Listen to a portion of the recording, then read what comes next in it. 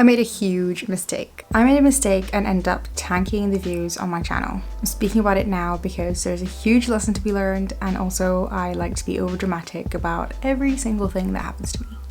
So I'm gonna break this video down into past, the present, and the future, with key lessons from each period that led me to my big mistake and key lessons that took me out of it.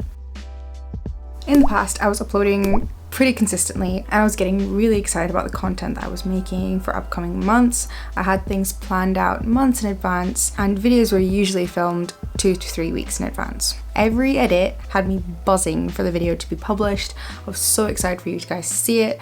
I was so excited. Google and YouTube tricks to learn in Final Cut Pro, and honestly there was a point where I didn't want to be doing anything else but YouTube all the time. But then a wave of depression hit me. It was triggered by a lot of things, and I don't really want to center this video around it because that's a whole other section of things to deal with, and quite frankly I'm still trying to figure it out. But I let YouTube take a backseat because, to be quite frank, my job is what brings in the money to pay the bills and buy me food, and when I didn't have the energy to get out of bed and make breakfast and eat and move and just do the basic human things, doing my job to the best I could took priority over trying to motivate myself to film and edit. Up until my wobble, which is what we will now refer to instead of depression, I had been posting really consistently every week, almost treating it like a work deadline, not to be missed, with super grave consequences if it were. And this led to a lot of growth on the channel, and this is what lots of the big creators do say, you know, consistency is what's going to give you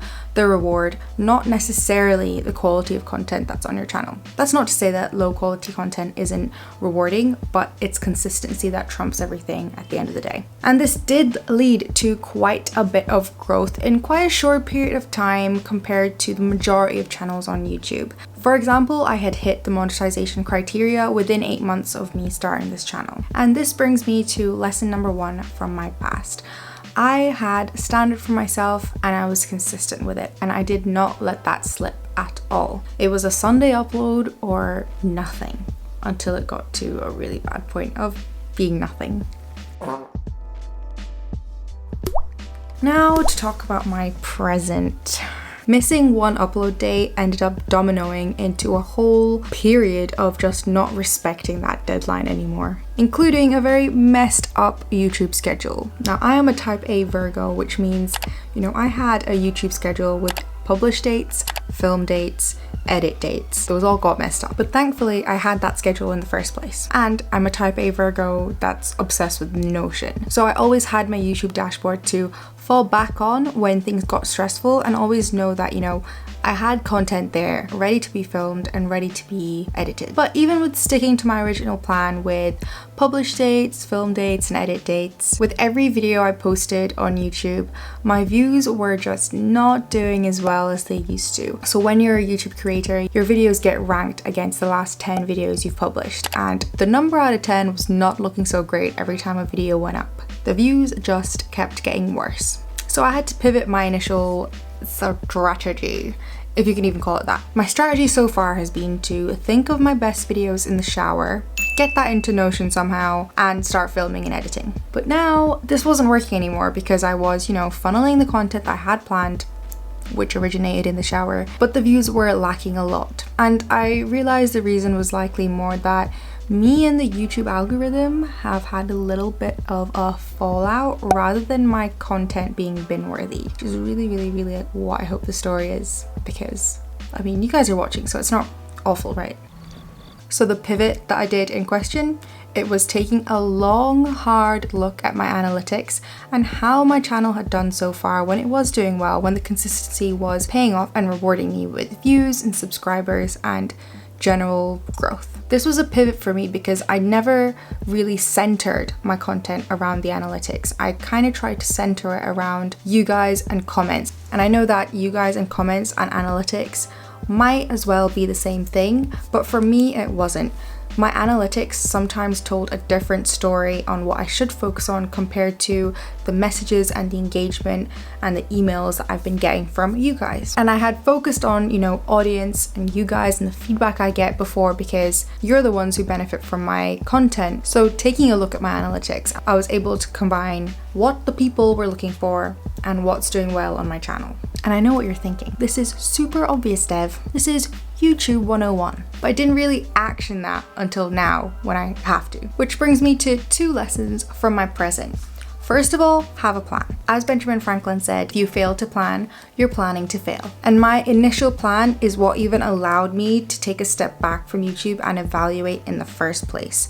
If I didn't have my initial plan, when I took a backseat from YouTube, I would have had nothing to come back to. I would have come back to a channel of slow growth, old content, and nothing to build on. Lesson 1 is dedicated to my YouTube dashboard in Notion.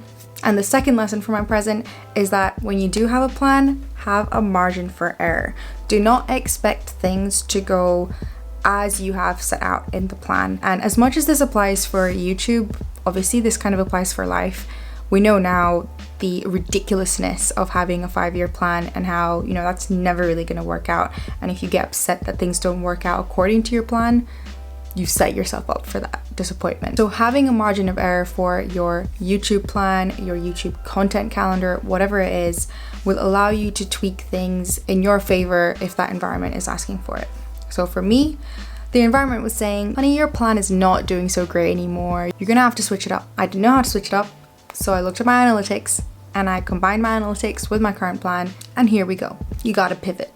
And now the future. What I'm going to take away from this huge mistake. From the first part of the video, I'm 100% taking away consistency and bringing back that hard deadline of, posting a minimum times a month, a week, a day, whatever. I'm taking consistency and I'm raising it to absolute dedication. One thing that has proven to grow a channel, from the words of many successful creators' mouths, is consistency, irrelevant of content quality. Consistency means showing up for yourself and for your audience, and that's a level of respect I intend to stick to. I know I sound pretty blunt saying that, but I know what not being consistent did to my views, my own personal standard, because I was then unable to bring that consistency back, thus my entire channel. That brings me to this final punch in the gut. I don't believe you can take a break longer than maybe a month from YouTube. With that in mind, it doesn't mean you have to physically show up multiple times a week, multiple times a day,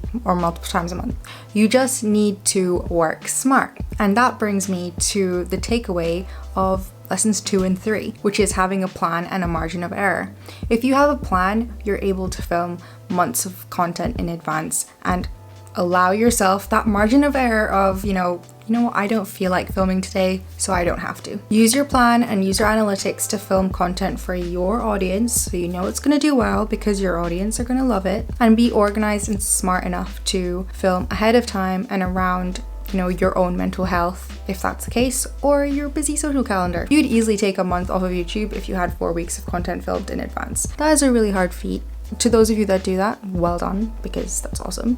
So it's not all or nothing, but you definitely have to graft a little bit. That being said, I love this graft, and I love putting together a story with a video, so you're gonna see that more consistently from me now. So I hope this video was a useful insight into a mistake I made on my YouTube journey, and if you're on one yourself, keep going, stay consistent, have a plan and a margin of error, and you'll be grand. Thanks for watching, and I'll see you next week. Bye.